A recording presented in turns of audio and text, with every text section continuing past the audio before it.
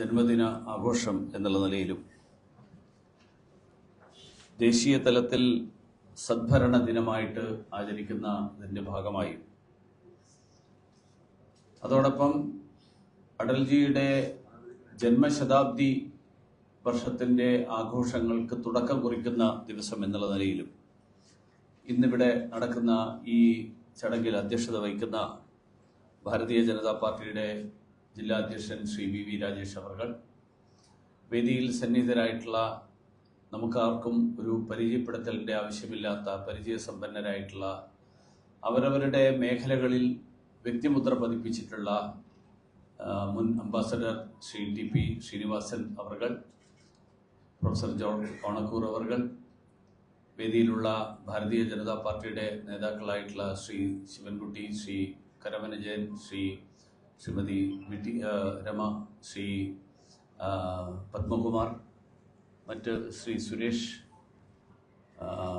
RS Rajeev, മറ്റ് സദസ്സിലുള്ള മറ്റ് ബഹുമാന്യരെ, സുഹൃത്തുക്കളെ, എല്ലാവർക്കും നമസ്കാരം.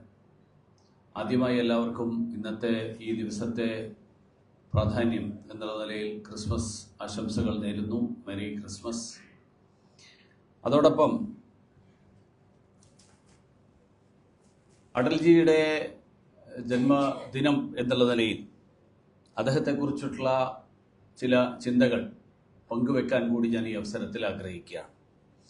രാഷ്ട്രീയമായും വ്യക്തിപരമായും ഒക്കെ ഊഷ്മളമായിട്ടുള്ള നിരവധി ചിന്തകൾ, ഓർമ്മകൾ, അതാണ് അദ്ദേഹത്തെക്കുറിച്ച് എനിക്ക് വ്യക്തിപരമായിട്ട് മാത്രമല്ല ഭാരതീയ ജനതാ പാർട്ടിയുടെയും ഈ രാജ്യത്തെ പൊതുപ്രവർത്തകരായിട്ടുള്ള ആളുകൾക്കും, ഭാരതീയ ജനതാ പാർട്ടി മാത്രമല്ല ഈ രാജ്യത്തെ പൊതുപ്രവർത്തകരായിട്ടുള്ള ആളുകൾക്കും, അങ്ങനെയുള്ള കോടിക്കണക്കിന് ഭാരതീയർക്ക് ഇതേ തരത്തിലായിരിക്കും അടൽജിയെ കുറിച്ചിട്ടുള്ള ഓർമ്മകൾ ഉണ്ടാകുക.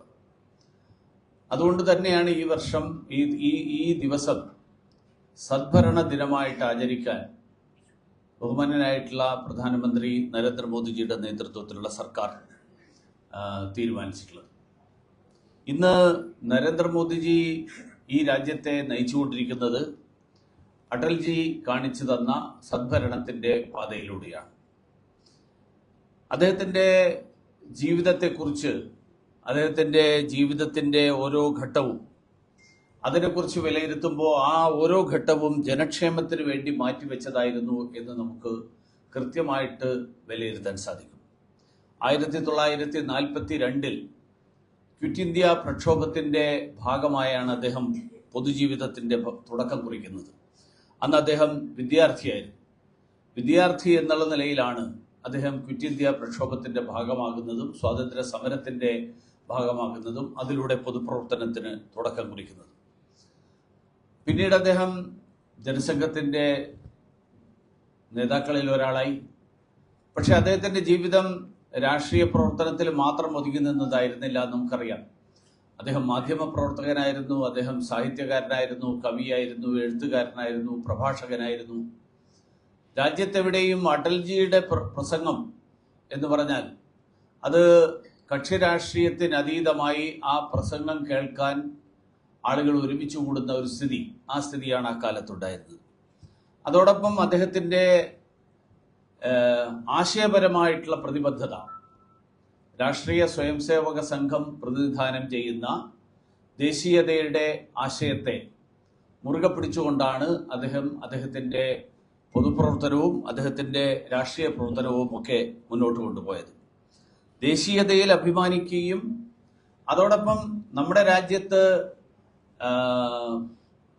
മതത്തിൻ്റെ അടിസ്ഥാനത്തിലുള്ള പലതരത്തിലുള്ള വേർതിരിവുകൾ, ആ വേർതിരിവുകൾക്കപ്പുറത്ത് ആ വേർതിരിവുകൾ മാറ്റിവെച്ചുകൊണ്ട് എല്ലാ ജനവിഭാഗങ്ങൾക്കും തുല്യ അവകാശം ലഭിക്കണം എന്ന് ആഗ്രഹിക്കുകയും പ്രവർത്തിക്കുകയും ചെയ്ത ഒരാളായിരുന്നു അദ്ദേഹം. അദ്ദേഹത്തിനെ കുറിച്ച് പലതരത്തിലുള്ള തെറ്റിദ്ധാരണകളും ധാരണകളും ഒക്കെ ഉണ്ടായിട്ടുണ്ട്.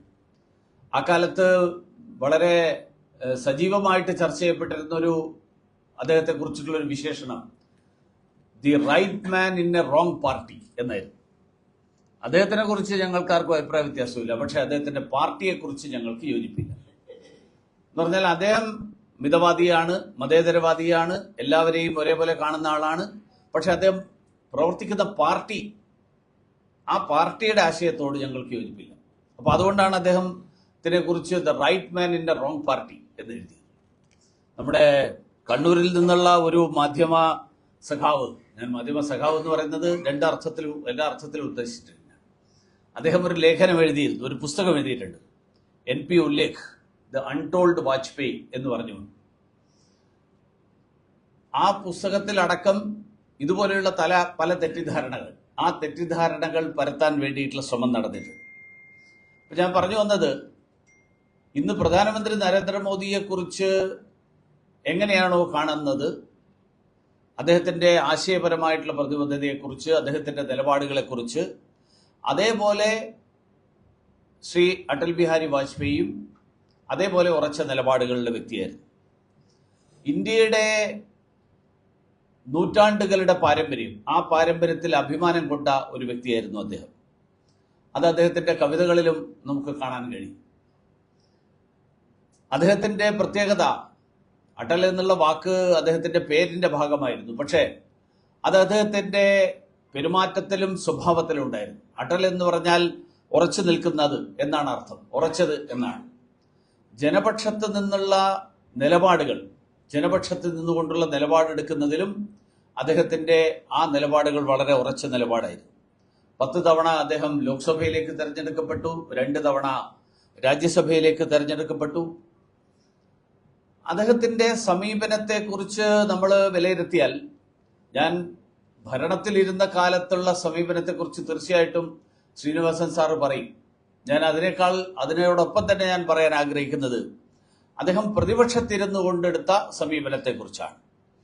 കാരണം സദ്ഭരണം എന്നുള്ളത് കേവലം ഭരണപക്ഷത്തിന് മാത്രം സംഭാവന ചെയ്യാൻ കഴിയുന്ന കാര്യങ്ങളല്ല. പ്രതിപക്ഷത്തിനും ആ കാര്യത്തിൽ പലതും സംഭാവന ചെയ്യാൻ കഴിയും. അതുകൊണ്ട് തന്നെയാണ് ഒരുപക്ഷെ സ്വാതന്ത്ര്യാനന്തര ഇന്ത്യയിലെ ഏറ്റവും മികച്ച പ്രതിപക്ഷ നേതാവായിട്ട് ഇന്നും രാഷ്ട്രീയ ഇന്ത്യ മാത്രമല്ല, ഇന്ത്യയുടെ പൊതുസമൂഹം അദ്ദേഹത്തെ കാണുന്നത്. ഇപ്പൊ നമ്മൾ പ്രതിപക്ഷ നേതാക്കന്മാർ എങ്ങനെയാണ് പെരുമാറുന്നത് എന്നുള്ളതിന്റെ പല ചിത്രങ്ങളും ഈ അടുത്ത ദിവസങ്ങളിലൊക്കെ കണ്ടിട്ടുണ്ട്.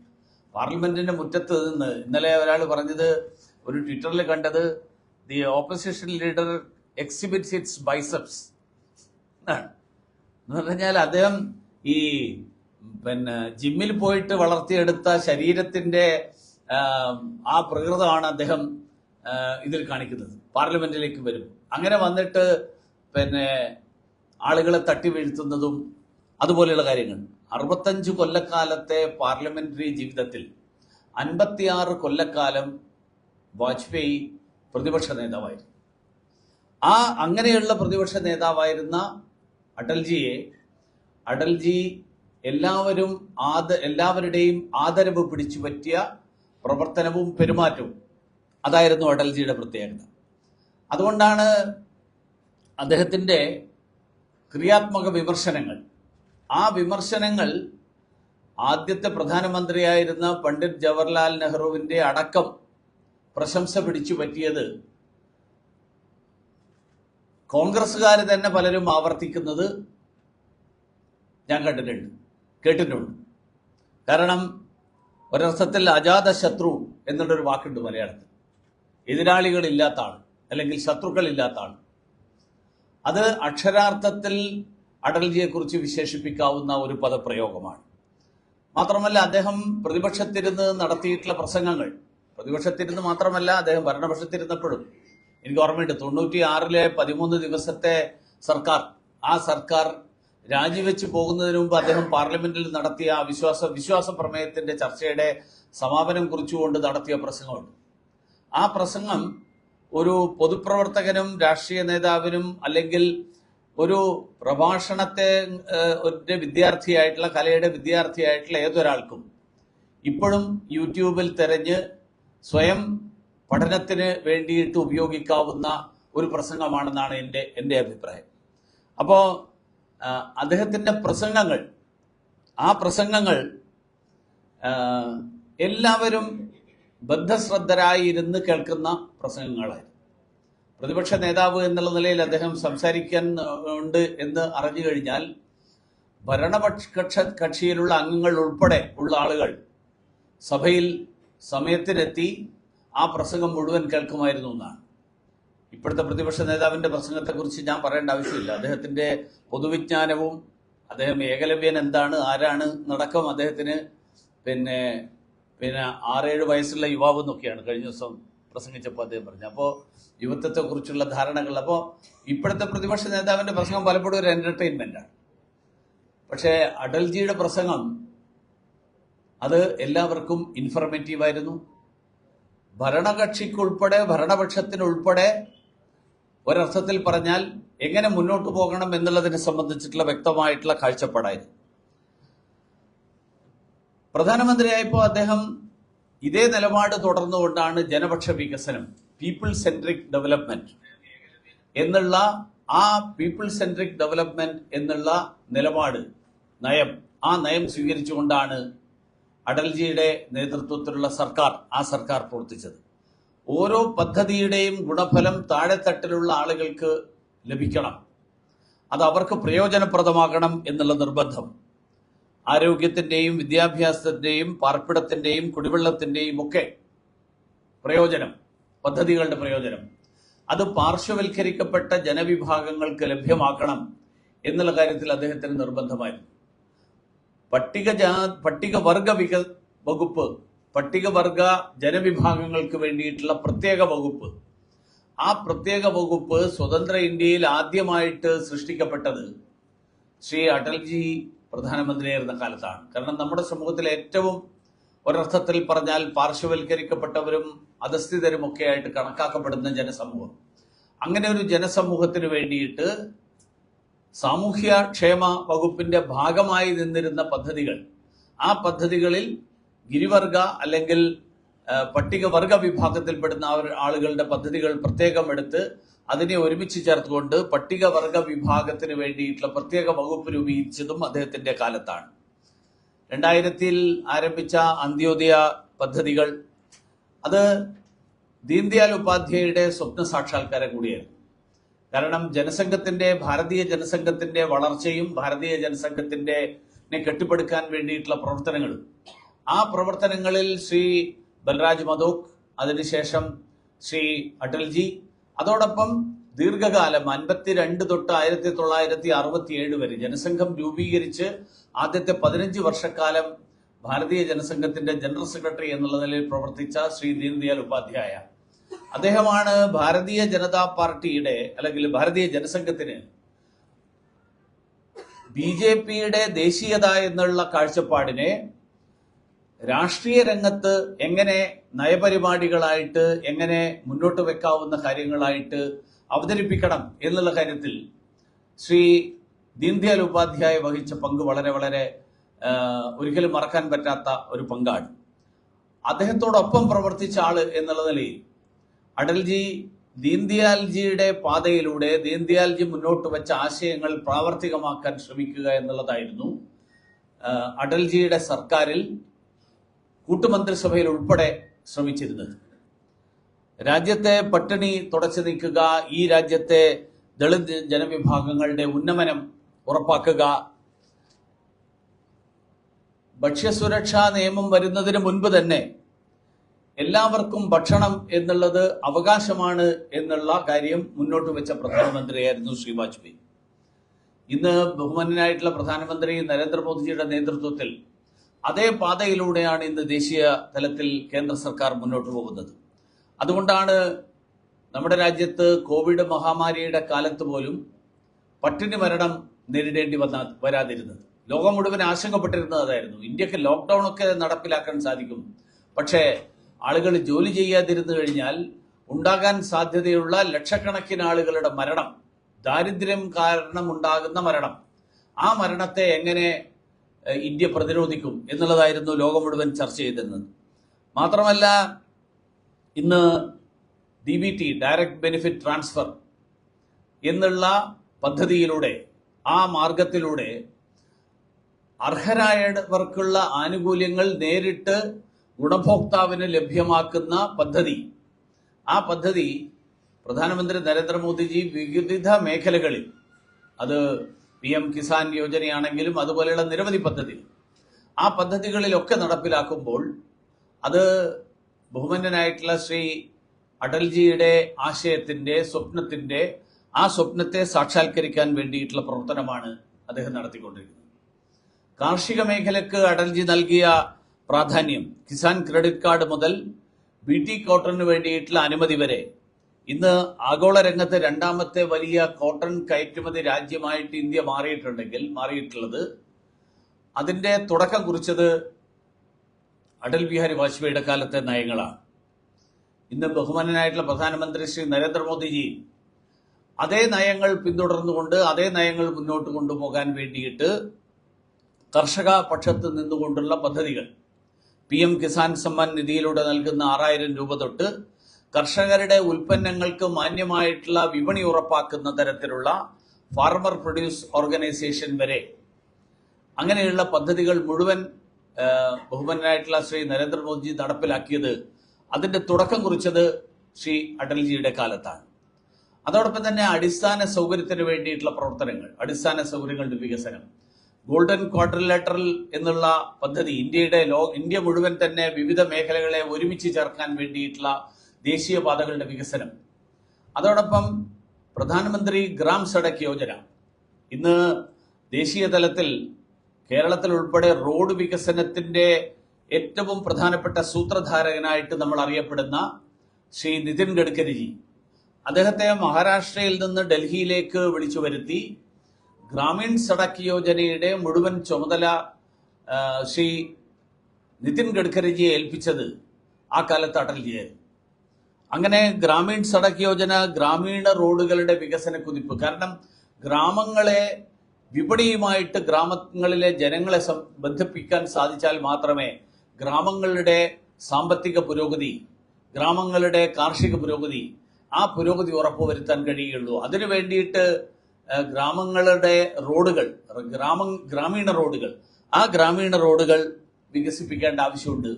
ഇന്ന് നമ്മൾ അതിൽ നിന്നും വീണ്ടും മുന്നോട്ട് പോയിക്കൊണ്ട് റോഡ്, പാലം, റെയിൽ, വിമാനം, അങ്ങനെയുള്ള വിവിധ മേഖലകളിൽ, വാട്ടർവേസ് ഉൾപ്പെടെയുള്ള മേഖലകളിൽ കണക്ടിവിറ്റി വർദ്ധിപ്പിക്കാൻ വേണ്ടിയിട്ടുള്ള ശ്രമം, ആ ശ്രമം രാജ്യത്തിന്റെ വികസിത ഭാരതം എന്നുള്ള ആശയം പ്രാവർത്തികമാക്കാൻ വേണ്ടിയിട്ടുള്ള അടിസ്ഥാന ഘടകമാണ് എന്ന് തിരിച്ചറിഞ്ഞുകൊണ്ടാണ് ഇന്ന് നരേന്ദ്രമോദിജിയുടെ നേതൃത്വത്തിലുള്ള സർക്കാർ പ്രവർത്തിച്ചുകൊണ്ടിരിക്കുന്നത്. അതുകൊണ്ട് തന്നെ നമുക്കറിയാം, കഴിഞ്ഞ 10 വർഷക്കാലത്തിനിടയിൽ ഗ്രാമീണ റോഡുകൾ മാത്രമല്ല, ഏറ്റവും കൂടുതൽ ദേശീയപാത വികസനം, ഏറ്റവും കൂടുതൽ റെയിൽ ഡബിളിംഗ്, ഇലക്ട്രിഫിക്കേഷൻ, അതോടൊപ്പം കണക്ടിവിറ്റി, ആ കണക്ടിവിറ്റിക്ക് വേണ്ടിയിട്ടുള്ള ശ്രമങ്ങൾ. ശ്രീ TP ശ്രീനിവാസൻ അവർ അദ്ദേഹത്തിന്റെ വിദേശ നയത്തെക്കുറിച്ച് വിശദമായിട്ട് സംസാരിക്കും. പക്ഷേ വിദേശകാര്യ വകുപ്പിന്റെ ഭാഗമായിരുന്ന ഒരാൾ എന്നുള്ള നിലയിൽ ആ ഭാഗത്ത് അതിനെക്കുറിച്ചുള്ള ചില കാര്യങ്ങൾ മാത്രം സൂചിപ്പിക്കാൻ കൂടി ഞാൻ ആഗ്രഹിക്കുകയാണ്. അടൽജി പ്രധാനമന്ത്രിയായിരുന്ന കാലത്ത്, അതിനു മുൻപ് മൊറാർജി സർക്കാരിൽ വിദേശകാര്യമന്ത്രിയായിരുന്നപ്പോഴും അതിനുശേഷം പ്രധാനമന്ത്രിയായപ്പോഴും ആ കാലത്താണ് അടൽജി അയൽക്കാരുമായിട്ടുള്ള ബന്ധം മെച്ചപ്പെടുത്താൻ വേണ്ടിയിട്ടുള്ള പ്രത്യേക ശ്രമങ്ങൾ നടത്തിയത്. അദ്ദേഹത്തിന്റെ പ്രസിദ്ധമായിട്ടുള്ള ഒരു വാചകമുണ്ട്, നമുക്ക് സുഹൃത്തുക്കളെ മാറ്റാം, പക്ഷേ അയൽക്കാരെ മാറ്റാൻ കഴിയില്ല.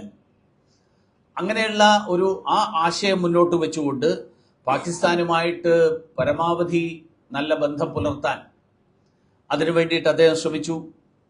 പല പരിശ്രമങ്ങൾ നടന്നു. അത് പൂർണ്ണമായും വിജയത്തിലെത്തിയില്ല എന്നുള്ളത് ഒരുപക്ഷെ വാസ്തവമായിരിക്കാം. പക്ഷേ നെയ്ബർഹുഡ് ഫസ്റ്റ് എന്നുള്ള ഇന്നത്തെ നരേന്ദ്രമോദിജി സർക്കാരിന്റെ നയം, ആ നയത്തിന് തുടക്കം കുറിക്കപ്പെട്ടത് ശ്രീ അടൽജിയുടെ കാലത്തായിരുന്നു. ഇന്ന് സാമ്പത്തിക പ്രതിസന്ധിയിൽപ്പെട്ട ശ്രീലങ്കയ്ക്ക് നൽകിയിട്ടുള്ള സഹായമാണെങ്കിലും, ബംഗ്ലാദേശിലെ ന്യൂനപക്ഷ വിഭാഗങ്ങൾ പീഡനം അനുഭവിക്കുമ്പോൾ അവർക്ക് പിന്തുണയുമായിട്ട് എത്തുന്നതാണെങ്കിലും ഒക്കെ നെയ്ബർഹുഡ് ഫസ്റ്റ് എന്നുള്ള നയത്തിന്റെ ഭാഗമായിട്ടാണ്. അതോടൊപ്പം അഫ്ഗാനിസ്ഥാനിൽ താലിബാനാണ് ഭരിക്കുന്നത് എങ്കിലും ആ അഫ്ഗാനിസ്ഥാനിലെ ജനതയുടെ ക്ഷേമം ഉറപ്പുവരുത്താൻ വേണ്ടിയിട്ടുള്ള നടപടികൾ, ആ നടപടികളിൽ ഇന്ത്യ ഒരിക്കലും പുറകോട്ട് പോയിട്ടില്ല. ഇന്ത്യ എപ്പോഴും എടുത്തിട്ടുള്ള നിലപാട്, അവർ relation is people to people. രണ്ട് സർക്കാരുകൾ തമ്മിലുള്ള ബന്ധത്തിനപ്പുറത്ത് അഫ്ഗാനിസ്ഥാൻ ജനതയും ഇന്ത്യൻ ജനതയും തമ്മിലുള്ള ബന്ധം, ആ ബന്ധത്തിന്റെ അടിസ്ഥാനത്തിലാണ് നമ്മൾ അഫ്ഗാനിസ്ഥാനെ കാണുന്നത് എന്നുള്ളതാണ്. അതുകൊണ്ട് തന്നെയാണ് ഈ അടുത്ത ദിവസം നമ്മളെല്ലാവരും ശ്രദ്ധിച്ചിട്ടുണ്ടാവും, ശ്രീലങ്കയിൽ തെരഞ്ഞെടുക്കപ്പെട്ട പുതിയ പ്രസിഡന്റ് അനുര ദിസുനായിക്കെ, അദ്ദേഹം ചുമതല ഏറ്റെടുത്തതിന് ശേഷം അദ്ദേഹത്തിന്റെ ആദ്യത്തെ വിദേശ സന്ദർശനം മുൻകാലങ്ങളിലുള്ള മിക്കവാറും എല്ലാ ശ്രീലങ്കൻ ഭരണത്തലവന്മാരും ചെയ്തിട്ടുള്ളത് പോലെ തന്നെ ആദ്യത്തെ വിദേശ സന്ദർശനം ഇന്ത്യയിലേക്ക്. ആ പതിവ് അദ്ദേഹം തെറ്റിച്ചില്ല. കാരണം അദ്ദേഹത്തിന്റെ തെരഞ്ഞെടുപ്പിന്റെ വാർത്ത വന്നപ്പോൾ കേരളത്തിലെ പല പത്രങ്ങളും എഴുതി അദ്ദേഹം മാർക്സിസ്റ്റുകാരനാണ്. അപ്പോൾ കാരണം ഈ കേരളത്തിലെ മാർക്സിസ്റ്റ് പാർട്ടിയും ശ്രീലങ്കയിലെ മാർക്സിസ്റ്റ് പാർട്ടിയും തമ്മിൽ കടലും കടലാടിയും പോലെയുള്ള ബന്ധമേ ഉള്ളൂ എന്ന് തിരിച്ചറിയാത്തത് കൊണ്ടോ എന്താണെന്ന് എനിക്കറിയില്ല. ഈ ദിസുനായികെ തെരഞ്ഞെടുക്കപ്പെട്ടപ്പോൾ ദേശാഭിമാനിക്ക് അത് വലിയ വാർത്തയായിരുന്നു. കാരണം അദ്ദേഹം ഇടതുപക്ഷമാണ്, നമ്മുടെ ആളാണ്, കൊളംബോയിൽ ഇരുന്നിട്ട് മോദിക്കെതിരായിട്ടുള്ള പോരാട്ടം തുടങ്ങാൻ പോവാണ് എന്ന് വിചാരിച്ച ധാരാളം ആൾക്കാർ കേരളത്തിലുണ്ട്. അപ്പോൾ അതൊക്കെ ഈ ലെഫ്റ്റ് വിങ് എന്നുള്ള വാക്കിന് ഈ ഡിവൈഎഫ്ഐക്കാര് അത് മുഴുവൻ ഞങ്ങളുടെ ആൾക്കാരാണ് എന്ന് കരുതുന്ന ഒരു സമീപനം, ആ സമീപനമല്ല വാസ്തവം. ലെഫ്റ്റ് വിങ് എന്നുള്ളത് ആ രാജ്യത്തിനെ സംബന്ധിച്ചിടത്തോളം ഉള്ള ഒരു ലെഫ്റ്റാണ്.